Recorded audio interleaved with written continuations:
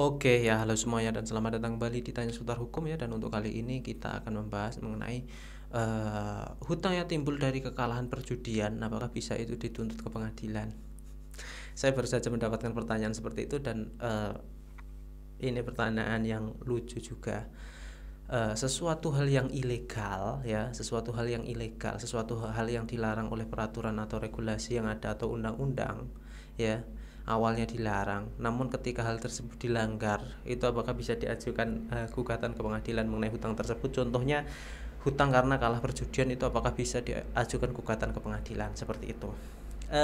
Untuk regulasinya juga sudah jelas ya, mengenai hal tersebut sudah diatur, karena mungkin perkara semacam ini banyak terjadi ya, atau banyak terjadi di masyarakat ya. Ini kita bicara hukumnya, bukan masalah baiknya dibayar atau enggak.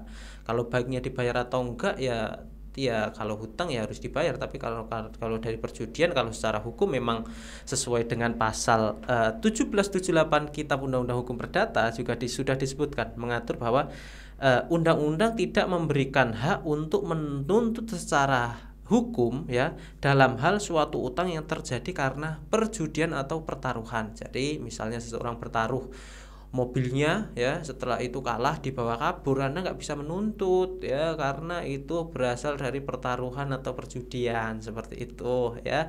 Kalau Anda dipukuli orang, itu ya itu urusan lain, itu hukum lain, itu hukum jalanan ya. Kalau secara hukum Indonesia sudah jelas ya, untuk hutang yang timbul karena pertaruhan atau perjudian itu tidak bisa dituntutkan, dan hukum juga tidak akan menjamin hal tersebut.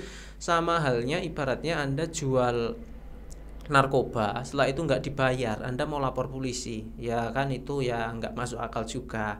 Jadi intinya sebuah perjanjian atau sebuah kesepakatan atau sebuah apapun ya, intinya sebuah kesepakatan apapun yang diawali dengan itikat buruk, yang diawali dengan klausul yang buruk, atau diawali dengan sesuatu yang haram, yang dilarang oleh peraturan undang-undang ataupun agama atau apapun, ketika terjadi one prestasi atau perbuatan melawan hukum, maka hukum tidak akan bisa menjamin hal tersebut. Seperti itu.